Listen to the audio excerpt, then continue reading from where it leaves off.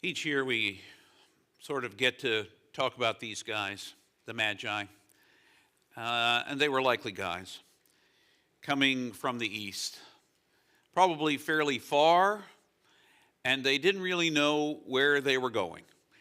And unlike most men of today's age, they were unafraid to stop and ask for directions. They went to Jerusalem because they were certain a king was being born of the Jews. Now, chances are pretty good these Magi were really astrologers, at least in part, because it was in studying the stars that they found the sign that a great leader was being born. And they took that sign very seriously. So they set out on what would have been a long and arduous journey. It's not like filling up your car with gas, hopping in there, or buying a Greyhound bus ticket or a plane ticket and taking off.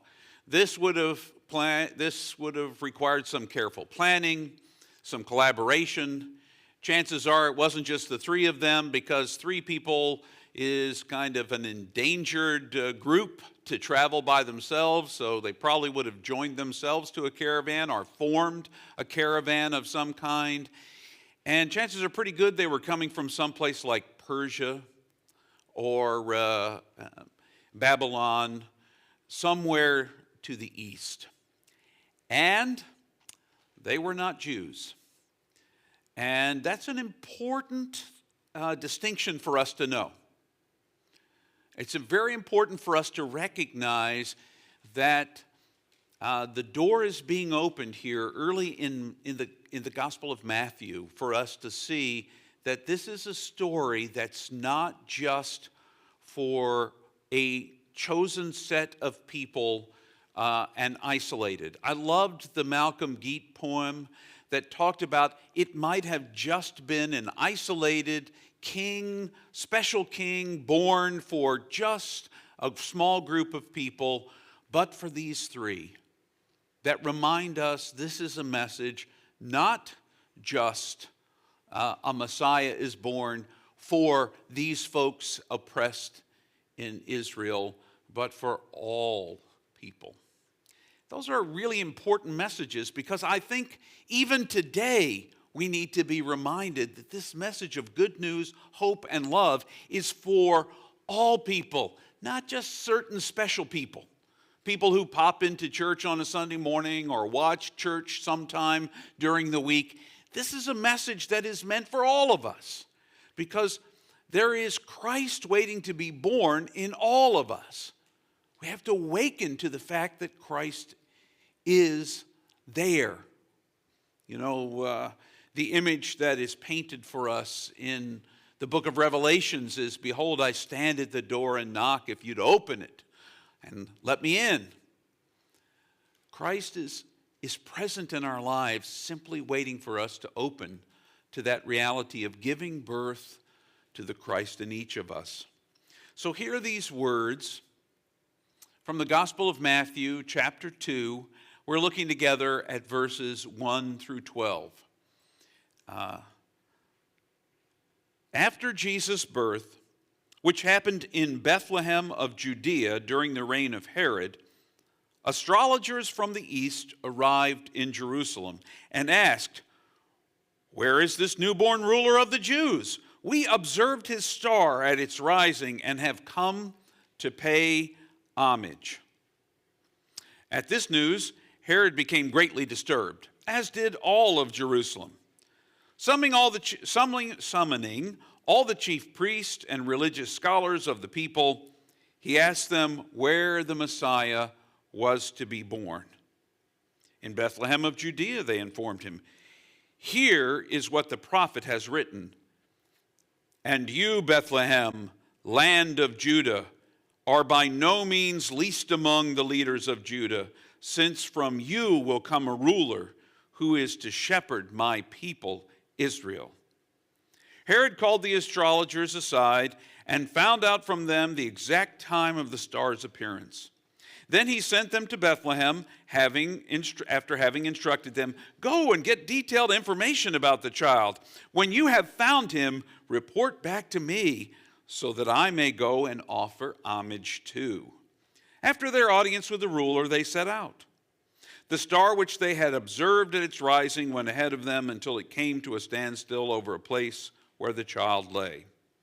They were overjoyed at seeing the star, and upon entering the house found a child with Mary, his mother. They prostrated themselves and paid homage. Then they opened their coffers and presented the child with gifts of gold, frankincense, and myrrh. They were warned in a dream not to return to Herod, so they went back to their own country by another route. This is the gospel for this morning. Praise be to God. They were warned in a dream not to go back and chat with Herod. There are a couple of things that I think are worth noting about this story. First of all, finding Christ is worth whatever journey it takes. It's not always easy. We think of it as just showing up on a Sunday morning and saying, "Hey, Jesus, come into my heart," and it's all taken care of, and the rest of life is a smooth ride. It doesn't work like that. If somebody tried to tell you that's the way this thing worked, they sold you a bill of goods, or tried to anyway, because it's not that easy. We are constantly meant to discover Christ in places we never expected. I often think about what it's going to be like when we all show up to the great banquet. You know, that's the image that keeps coming back and is used regularly in the Gospels to describe what it's like, what this ultimate kingdom of heaven might look like. And it's a great banquet where there's room at the table for everybody. And they're going to be serving some foods, I suspect, that some of us would turn our nose up at. Except that we're going to be at the banquet, and God's going to be the author of the feast, and we're going to be getting to enjoy it together. I picture this effort that it takes for us to break down the walls where we have so carefully crafted who's in and who's out. Quite frankly, the Magi were on their way they were foreigners. You know,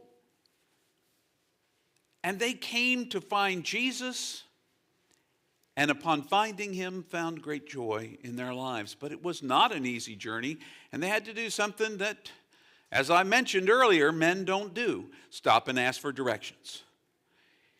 And you'd think everybody would be overjoyed to hear that God was intervening and the birth of a great king would be great. Herod and all of Jerusalem were not real happy about that.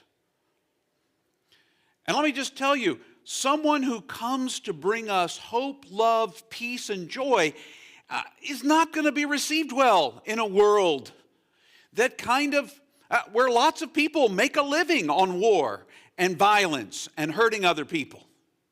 Try to threaten somebody's ability to produce weapons of destruction, and boy, you will have the whole world raining down on you. And threaten a king. Now, the interesting thing about King Herod is he had to bribe his way into the kingship. He wasn't born a king in Jerusalem. He had to bribe Mark Antony so that he could become the king. And a lot of the Jewish people didn't think too much of him. But at least he was a king they knew. Herod even took a descendant of David, a princess, as his wife, so he could further cement his claim to kingdom. But Jesus appears in a backwoods village where we would least expect him, because his message was meant for all people, not just the powerful ones. And in fact, powerful ones are not fond of the true message of Jesus. In fact, they'll spend a lot of time crafting the message so they're the ones that get to be in charge, because God called them, the divine right of kings, that whole deal. was concocted so that people in power could stay in power. And the least of these might miss out or have to turn to the people in power to receive the good news. But the good news, according to the Gospels, belongs to us all. Christ is coming for us all, even the powerful. The challenge is the powerful might not recognize him and might actually do everything in their power to get rid of him.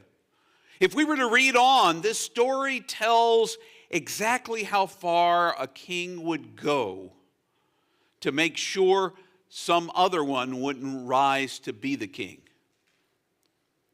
Right after this section is a section we traditionally call the slaughter of the innocents,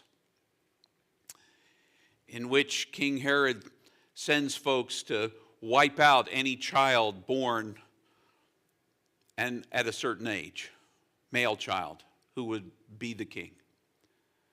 Not everybody in power is excited about the good news that God's love is for everyone. Because we live in a world where everybody wants to think God has a special love for me. Now, I'd like to tell you something that is absolutely true. God does have a special love for you because there's only one of you. It goes back to the same thing. I've told you this before. You know how I have two children, two beautiful children I love dearly. Hannah, my firstborn, and Joshua, my secondborn. And they're both wonderful, wonderful people, adults now in their own right. But there was a time when sometimes, it's that competitive thing. You love him more than you love me. You love her more than you love me. And I can see it because you let him get away with something, or you let her do something you won't let me do. And I always said to them, it's not that I love either of you more than the other. I love each of you differently than the other. Because there's no other Joshua for me to love. There's no other Hannah for me to love. I love you, Hannah, the Hannah way. And I love you, Joshua, the Joshua way. Because our relationship is unique. God does think each one of you is special. But everybody else out in the world God thinks is special too. Just a unique specialness. But we want to be the most special.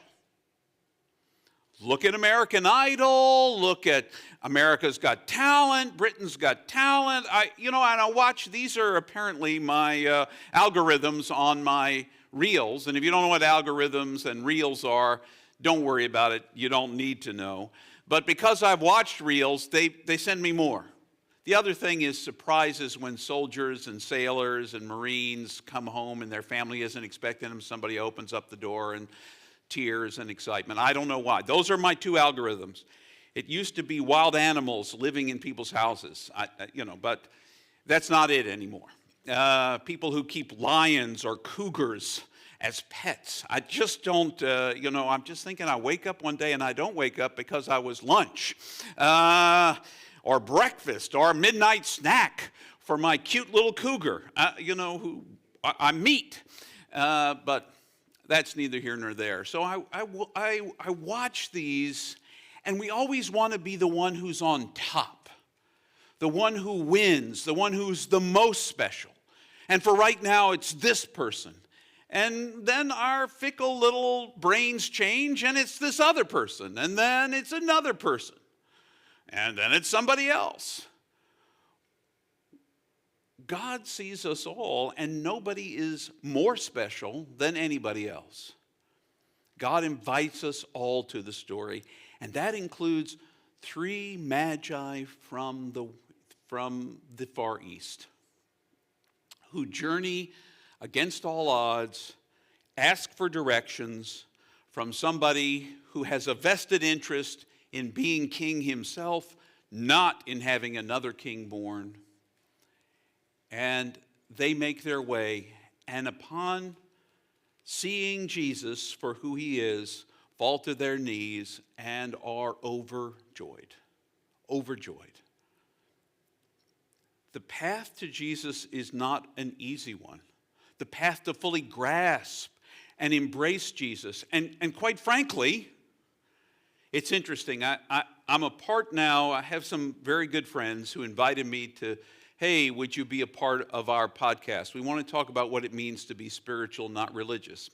That's actually our topic next week. My Sunday morning sermon is going to be about talking about what do we mean by spiritual? What do we mean by religious?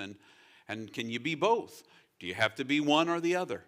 But in any case, they asked me to be a part of this ongoing podcast. So we've been having this conversation about the love of God and how we get, especially young adults, to once again feel embraced by the church. Because quite frankly, the church has done a really good job about making some people feel really bad about themselves. So bad that they're not interested in coming anymore. They wouldn't even try us out. Because our message has not been the love of Christ for all people. It's been the love of Christ for certain people. People that look like us, that talk like us, that are from the same place as us, that are of the same socioeconomic bend as us. People who are in the country legally, people who have traditional understandings of themselves sexually and in gender roles. Those are the people for whom the love of God is for. Everybody else is just an outsider. At least that's what the church has said. I hope you didn't stop watching at that moment, because that's not what I think Jesus said. Jesus said the love of God is for everyone. Everyone. Now we've kind of got some good rules we've put in place, because that's what churches and organizations do. We put rules in who gets to do what. Only I, according to the rules, can lead communion on Sunday morning. It's the rule. Don't any of you try that at home. Leave that to professionals. Do you think that's what God really thinks? Well, I don't. But if I want to be a United Methodist clergy person, that's what I'm supposed to believe. At least that's what I'm supposed to teach. You can't have what is communion if you're at home with people other than, now if you invite me to your house and we have a meal together and I can lift it up and make it into communion, yeah. We have a lot of rules about who can get in, who's not get in. And we make sure that we let the right people in. I don't think the Magi would have been the right people. They weren't even good Jewish people. They didn't believe in the same God probably as, Jesus came to represent. Chances are pretty good they worshiped some other god altogether. And yet, God revealed to them this star in the sky. And it was life-changing. It was life-changing. We have a truth about God's love that is for all people that we are meant to share because it will change the world. We should embrace everyone who comes through the door, no matter what they look like, no matter where they come from. Love belongs to us all. Love belongs to us all. And if I'm being really honest, I think belong is probably a bad word. Love is a gift to us all. And it's only a real gift when we give it away. I got some, I'm going to give it away. You won't run out of it, because God keeps pouring it out on you. So you can give some more away. The message of Epiphany, that's the churchy name for the arrival of the Magi. The message of Epiphany is, it's worth the journey, because what you will find at the end will blow your minds, will blow your heart wide open. And suddenly you will know God's love is not just for some, but for all. And maybe a second message is, don't be afraid to stop and ask for directions along the way. Because the truth is, we're all on this journey together. And we need each other's help. Maybe that's why there's not just one Magi as well. There are three of them who make a stop to ask for directions, but who probably are consulting each other on this journey all along. And what we find at the end will bring us joy. Because each of you who hears this message, and everyone who doesn't, is infinitely precious, unconditionally loved, and a gift for who they are. Just like all three of those magi. Even Herod was a gift. He just didn't probably see it. And needed to steal other people's gifts so that he could see himself as a gift.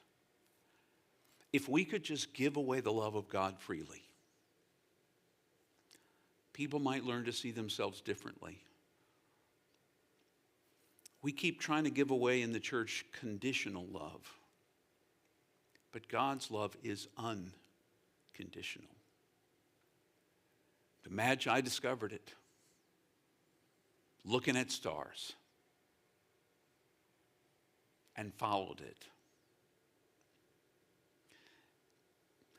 I hate to borrow an old cliche, but wise folks still seek the star and the one over whom it rests, in Christ.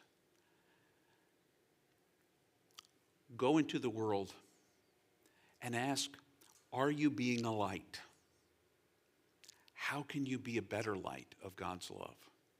Who needs the light more than anybody else you encounter? The answer may be you, but you're going to have to answer that. And once you've found the light, you'll want to share it. You'll want to share it because you can't imagine a world that doesn't realize every little bird is loved by God. Every person I meet is loved by God. Every blade of grass, every ant, loved by God. And I got to make this known. I've got to make this known because it's the news that will change the world.